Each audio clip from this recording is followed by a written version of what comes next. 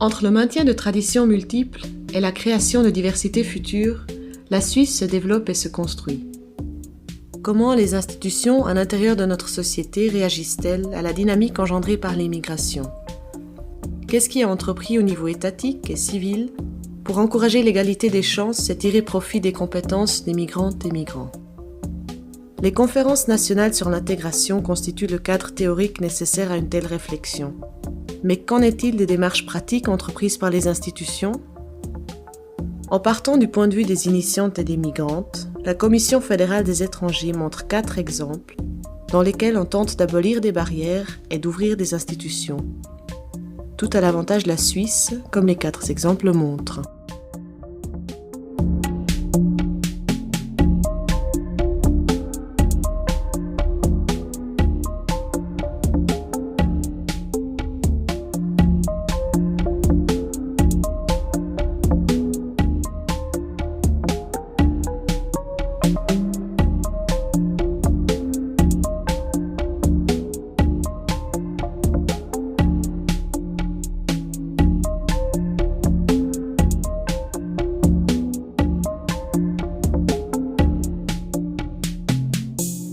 Die Hälfte der Mitgliedschaft von der UNIA hat nicht einen Schweizer Pass. Das sind Migranten.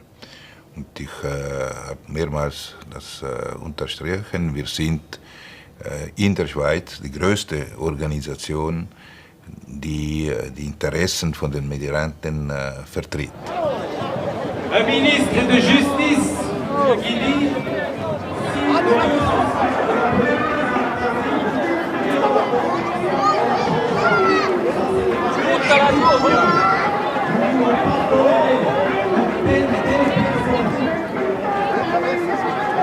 Er ist nicht Bin Laden. Amgir orada sahne önünde. Şimdi daha yeni gördüm. Denn Symbole geben uns Kraft und stärken unser Selbstbewusstsein. Ich schlage euch vor, dass wir diesen Platz den Millionen von Migrantinnen und Migranten widmen. Taufen wir diesen Platz hier in Migrantinnenplatz.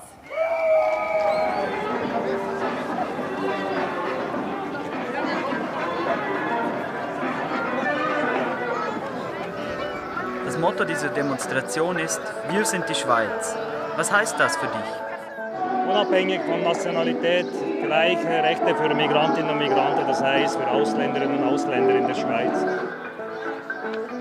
Anfangs 90er Jahre haben wir uns getroffen. Viele Italiener waren in federführenden Positionen. Wir haben diskutiert, warum machen wir nicht unsere sogenannte Migrationskonferenz. Und wir kommen zusammen einmal im Jahr, diskutieren wir, was für Bedürfnisse, was für Probleme das wir haben, welche Ziele das wir haben.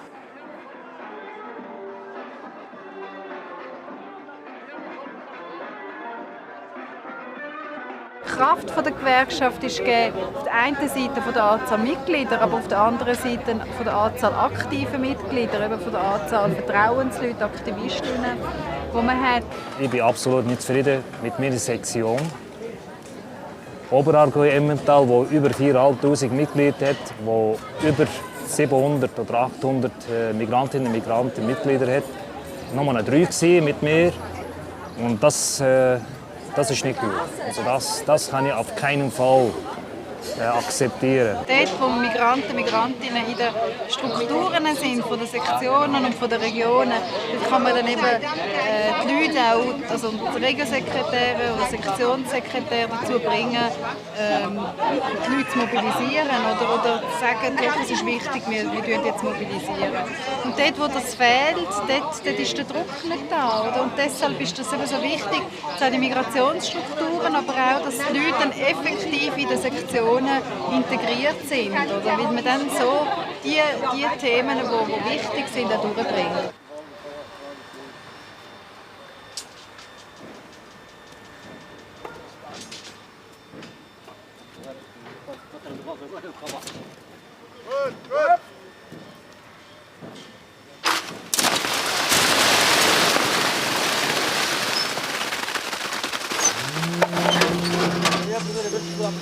Ah, io do teu temos que ter mesmo cuidado. Diese Abteilung hat schon eine Wirkung gehabt.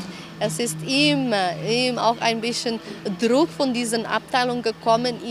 Ihr solltet mehr ausländische Funktionäre anstellen, weil das ist wesentlich, oder? Um die Mitglieder gut zu betreuen, gut zu pflegen. Auch Leute, die ihre Sprache sprechen, aus ihrem Kulturkreis kommen und auch ihre Probleme besser verstehen. Das ist klar. Und ich glaube, Sie haben einen großen Beitrag dazu gegeben. Wir haben eine große Palette von Bildung allgemein, sei es gewerkschaftspolitische Bildung, sei es Bildung im Bereich von Gesamtarbeitsverträgen, die ganze Gesetzgebung und so weiter, Bildung auch als Führungsperson, Führungskräfte. Und dort versuchen wir auch, dass an diesen Bildungen auch Migranten teilnehmen. Die Struktur der Migranten macht selber Bildungen auf den verschiedenen Ebenen, die den Bedürfnissen der Leuten entsprechen. Es gibt auch sehr ein niedriges Niveau zum Anfangen, zum Beispiel Sprachkursen. Man fängt an mit der Sprache, weil das ist die A und O, man muss sich verstehen. Weil bei uns zum Beispiel in Sektion die große Mehrheit von die Sekretärinnen, Funktionären sind schon Ausländer oder mit einem fremdsprachigen Hintergrund. Und sie geben uns auch die Möglichkeit, durch diese Ausbildung, Weiterbildung uns weiterzubilden, auszubilden, und sodass wir auch besser vorbereitet sind, diese Funktion gut durchzuführen. Aber ich glaube, dass wir müssen noch mehr gefördert werden, oder? Ich glaube, die Gewerkschaft macht noch nicht alles, oder? Zum Beispiel schauen wir auf Kaderpositionen, ist fast keine Ausländerin. Eu tenho aqui informação escrita, eu dou-lhe a informação, está bem? Tu também já tens. Tu ainda és novo, mas isto também se aplica a ti. Porque este dinheiro que tu também, não é? Todo o trabalhador na Suíça faz este desconto à Caixa de Pensões. Mas até sempre faz pouco. Claro. Tu quantos anos tens? Tenho 20. Ah, tu ainda não estás a fazer. Porque tu só descontas o prémio, o risicoprémio, o prémio de risco, não é? E só aos 25 é que começas, sim. Ainda não está. 25. E aos 25 é que começa a acumular e começa a contar. Até aí não, portanto no teu caso ainda não conta. Mas tu continuas na Suíça? Ich glaube, Integration geht auch um das. Man kann ihre eigene Sprache behalten, ihre eigene Wurzel, kulturelle Wurzel behalten, aber trotzdem in die Schweizer Strukturen, Organisationen, Institutionen und eine aktive Rolle darspielen, ohne seine Sprache oder Herkunft an der Seite zu bringen. Die beiden können gut koexistieren, sagt man das auf Deutsch, koexistieren. Und ich finde das noch sehr reizvoll, weil ich glaube, die Einfluss, die ausländischen Mitglieder in der Gewerkschaft haben und gehabt haben, ist wesentlich für die Entwicklung dieser Organisation und wie diese Organisation sich während den Jahren entwickelt hat.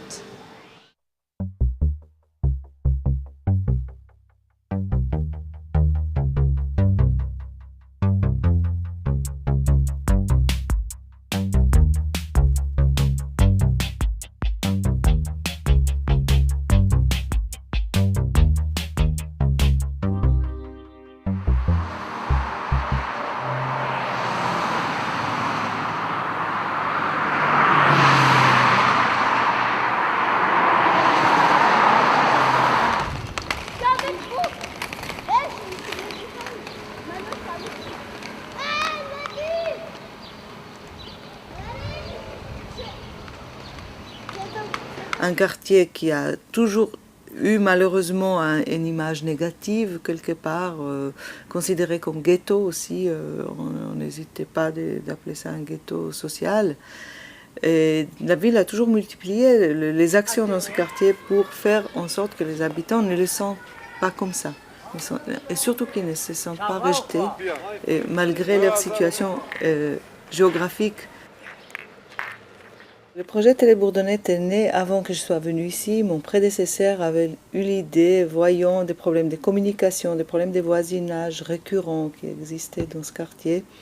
Il a eu l'idée d'engager des journalistes qui étaient à l'époque au chômage et de leur donner une mission d'interviewer un maximum d'habitants et d'essayer de sortir de ces habitants leurs sentiments, leurs sensations de mal-être ou leurs idées, leurs suggestions. Donc il y a eu cette idée de créer cette plateforme de communication, plateforme d'intégration où il y aurait des échanges pour des choses toutes simples, des habits, du mobilier, des appareils ménagers, que sais-je, ou bien des services, et aussi pour des idées, pour des débats d'idées, pour des questions plus profondes aussi.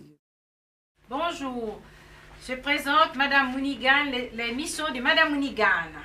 Ce petit garçon, il s'appelle Florent. Aujourd'hui, c'est son anniversaire. On fait une fois par mois l'anniversaire avec les enfants Télévision Boudon. Brillant, brillant, brillant d'amour. Vive les mercredis de la Bourdonnette avec les enfants. Joyeux anniversaire.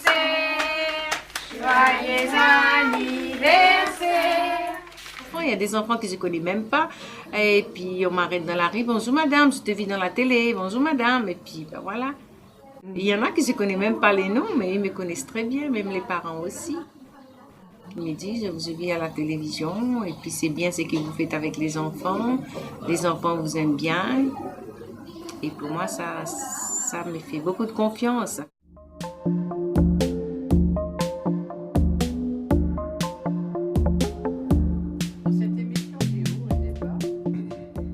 J'ai appris que la fermeture du bureau de poste de la Sala, qui était décidée, à cause des 8000 signatures récoltées en peu de temps, cette fermeture sera réétudiée et il y a peut-être un signe d'espérance pour elle. Alors je demande, je crois, aux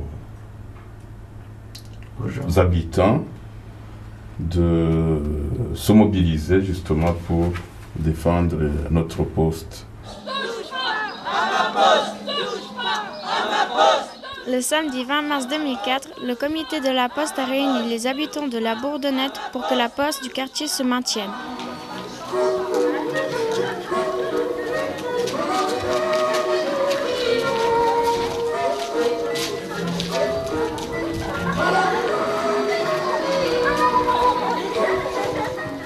Ils ont prouvé premièrement qu'on peut gagner, même contre la puissante Poste suisse, et puis ils ont prouvé aussi que on pouvait gagner en s'amusant, en se distrayant. Et la lutte, ce n'est pas toujours simplement des hommes en costard-cravate qui peuvent la mener. Ils peuvent aussi la mener avec les gens des quartiers et ça peut marcher.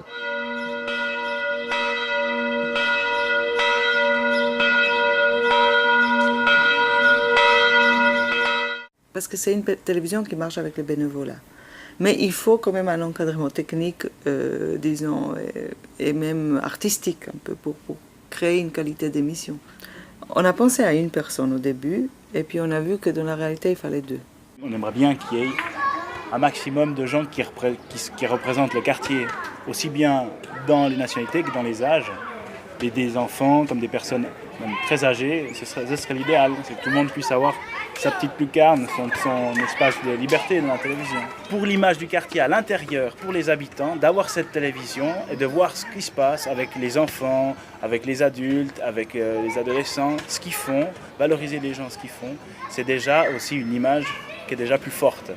Et cette image plus forte, même si elle reste dans le quartier, elle se répand aussi à l'extérieur.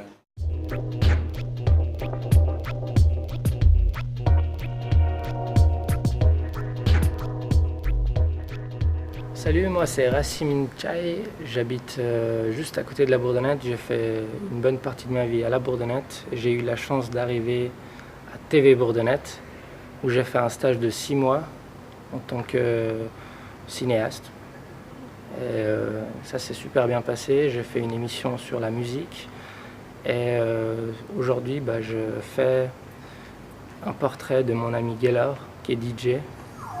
Moi c'est Guillermo Bonza, connu sous le nom de DJ Lord. Ça fait, on va dire quoi, une dizaine d'années que j'habite à la Bourdonnette. Je collabore avec TV Bordeaux et ici mon ami Razim pour son émission Bourdozic.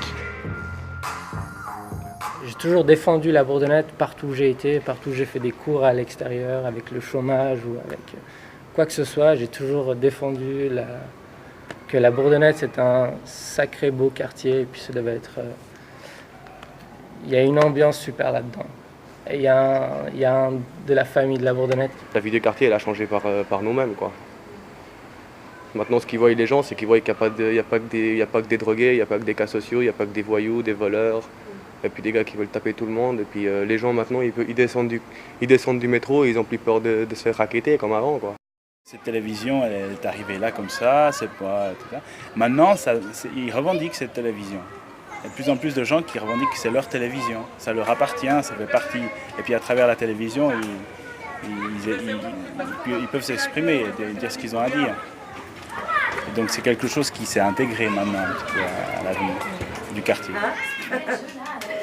Alors écoute, j'espère que tu pourras venir samedi. D'accord, hein? Ce serait chouette. Ok, bye bye, à bientôt.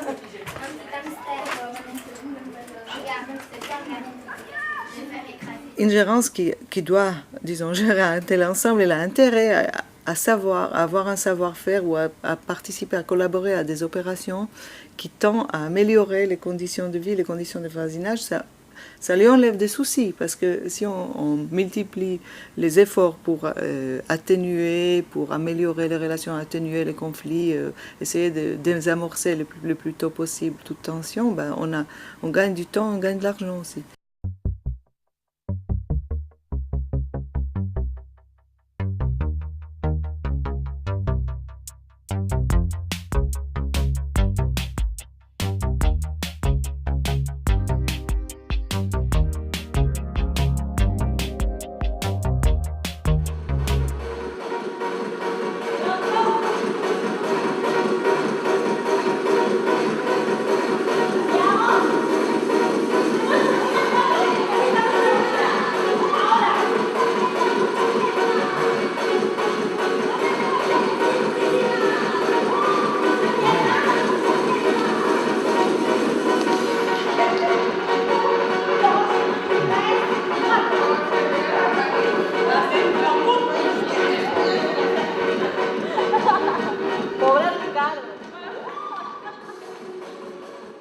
Das geht ins 2003 zurück, wo wir im Herbst mit dem Weilerhaus, mit der Liliane Termer aus dem Weilerhaus, eine Ausschreibung lanciert haben, wo wir das eben auch sehr schön, mit minimalem Aufwand können, über die Quartierzentren, wo der VBG ist, über die Turnhallen und Zentren, wo die Vitaswiss ist, mit wenigen Anschlägen, ist man dann quasi über die Ausschreibung zu Interessentinnen gestoßen. Auch ein Interessent war sogar dabei gewesen. Wir haben ihnen unser Projekt vorgestellt, dass es über 2 Jahre geht, von der Ausbildung her, dass es nachher weitergeht, dass sie in Eigenregie, in Eigenkompetenz wettet oder hoffentlich auch mit der Vitaswiss könnte so Gruppen anbieten.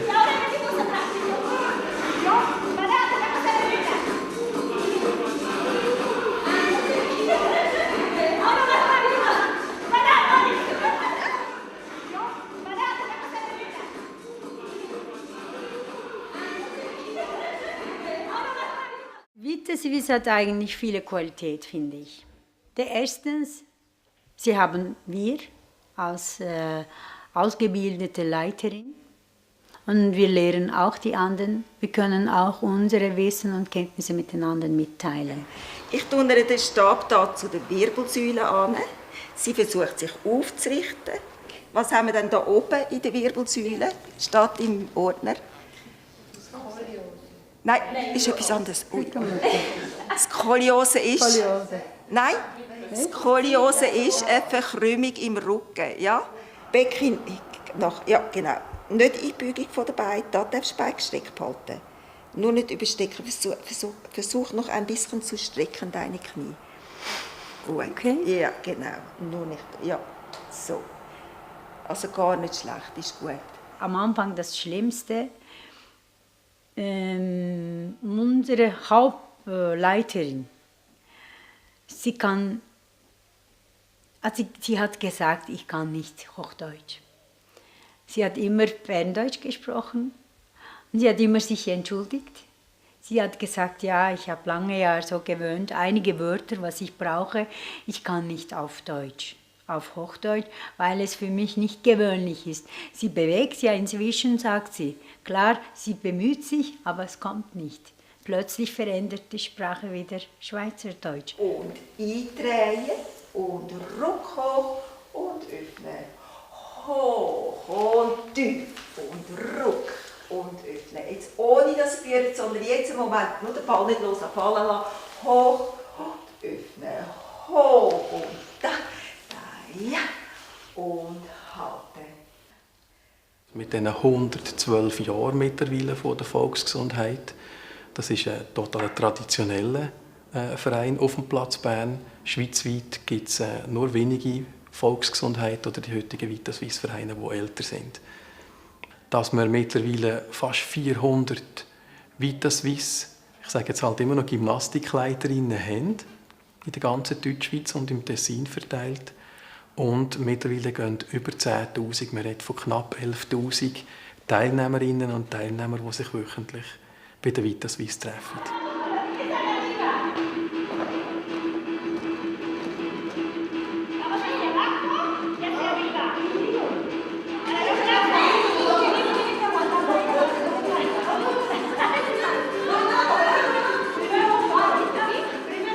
Die Frauen sind offen, sie sind bereit mitmachen. Aber es gibt viele Grenzen, viele Schwierigkeiten, dass sie nicht mitmachen können. Die Migrantinnen, die arbeiten und sie haben zu wenig Zeit, auch für die anderen Sachen zu machen. Sie müssen erst wissen, dass das sehr wichtig ist, damit sie auch die Zeit dort einsetzen. Abendprogrammen ist nicht so gewünscht, weil abends sie kommen spät müde nach Hause. Also welche die arbeiten natürlich, die anderen sind ja zu Hause. Und für denen sollte das am Wochenende Programm sein. Wir haben deswegen auch am Wochenende geplant und auch am Wochenende gemacht. Das muss man ja mit den ganzen Familien zusammen sein.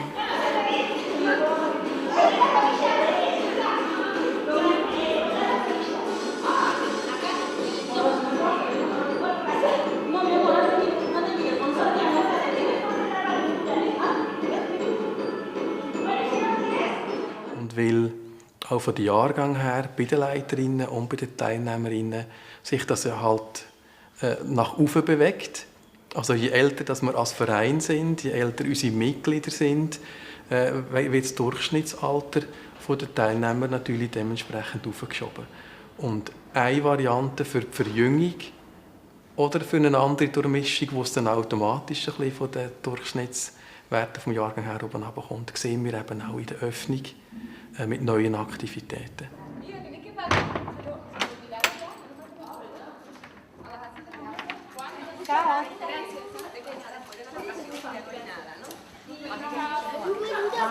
Ich habe sicher in diesem Moment diesen Punkt gefunden, weißt du, den Sport zu genießen.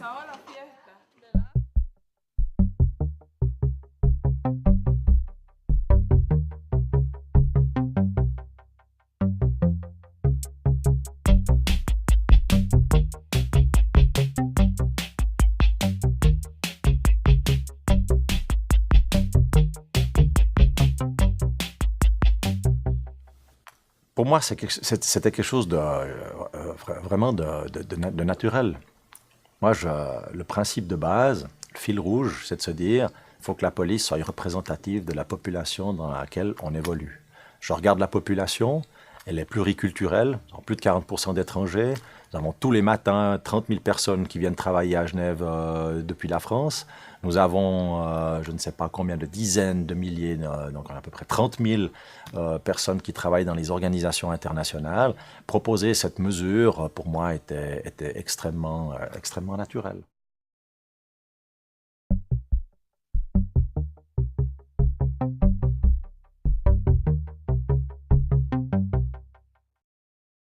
Sur le plan politique, en effet, il y avait une motion qui a réclamé l'ouverture donc, à l'engagement de manière relativement large, pas seulement des permis C naturalisables, mais aux étrangers. Et puis, en même temps, il y avait, compte tenu du contexte politique, au contraire, des gens qui ont dit « mais on ne peut pas imaginer à Genève un étranger procéder, par exemple, à un contrôle d'identité d'un citoyen suisse ». Et c'est d'ailleurs un peu ce type d'arguments qui ont fait qu'on s'est dit « dans un premier temps, on va proposer cette voie médiane, l'engagement de permis C naturalisable ». Alors, en même temps, ça nous arrangeait puisqu'on a des problèmes d'effectifs, donc des problèmes de recrutement en particulier au sein de la gendarmerie. Et on avait fait un calcul dans le bassin de recrutement des 20 à 30 ans. On aurait dû pouvoir engager 25% de collaborateurs supplémentaires. Je m'appelle Marco Henriquez, j'ai 23 ans. Je suis d'origine portugaise. Je m'appelle Sant'Angelo Michel, je suis de nationalité italienne. Je suis en cours de naturalisation. Bon, j'ai fait la démarche il y a quoi, 1 an maintenant, donc j'attends ma naturalisation. Je m'appelle Pedro Neto, j'ai 19 ans, d'origine portugaise. Donc lorsque les gens présentent leur dossier de candidature, il y a un certain nombre de contrôles purement formels, donc antécédents de police, âge, etc. Et puis concrètement, lorsque les gens sont convoqués pour l'examen, le premier examen, c'est le français. Donc les connaissances en français, ce qui se fait sous la forme d'une dictée, mais je dirais très conventionnelle. Comme je l'ai déjà dit, c'est d'ailleurs ce premier examen qui élimine environ le 40% des collaborateurs. Et puis ensuite, il y a tout l'aspect sport. Donc là, il y a des exigences relativement élevées, mais il faut que dans cette profession, les gens soient simplement en forme. Finalement, on s'est dit, qu'est-ce qui ne doit pas être modifié? Et de manière impérative, et ça, tout le monde a été unanime, on ne change pas les critères. C'est-à-dire qu'on ne va pas abaisser, par exemple, les conditions qui sont fixées sur le plan physique, on ne va pas abaisser les exigences en matière de connaissance du français, etc. Mais finalement, peu importe le statut de la personne.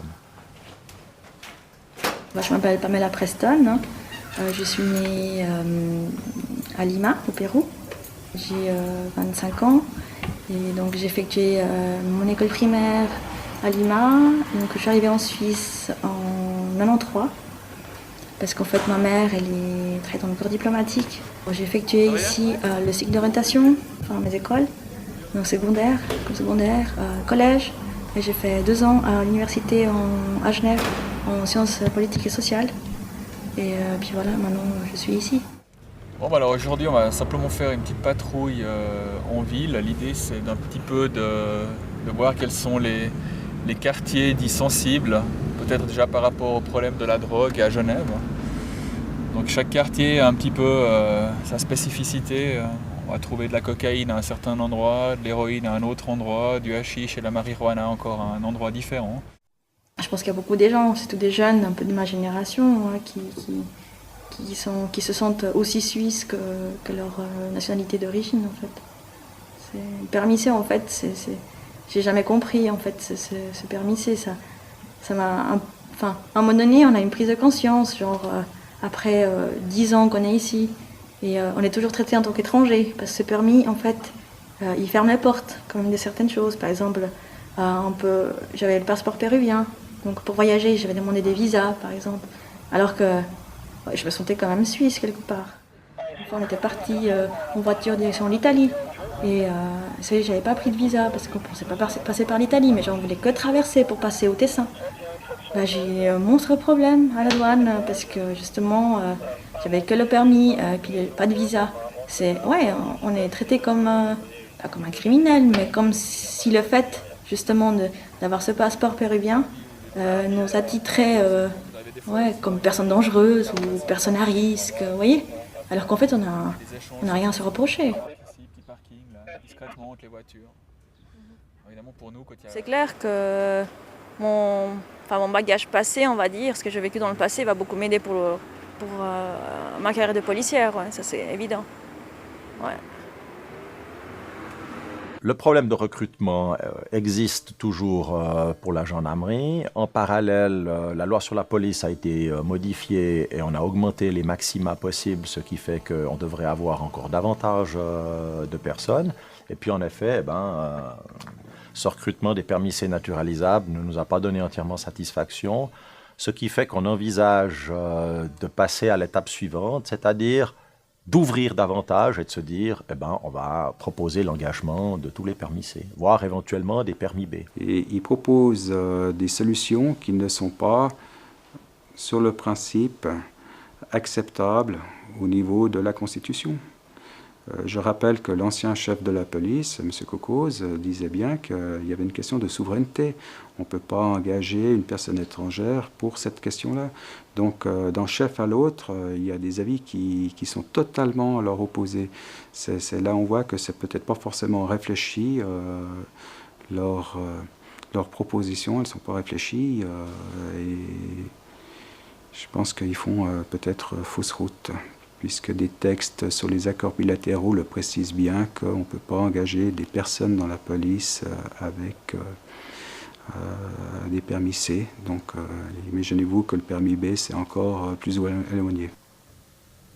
Formellement, c'est le département qui, selon la loi sur la police, fixe les critères d'engagement. Alors, le contexte politique reste sensible. Et puis, comme on est dans une année électorale, je doute qu'une décision soit prise cette année encore. S'engager à la police, c'est pas s'engager à la Migros. Dans le sens, voilà quoi, c'est qu'on a la responsabilité, on travaille pour la justice suisse. Donc, c'est vrai qu'il faut quand même s'identifier au pays pour lequel on travaille. Puis c'est le cas, en fait. Ouais. Voilà.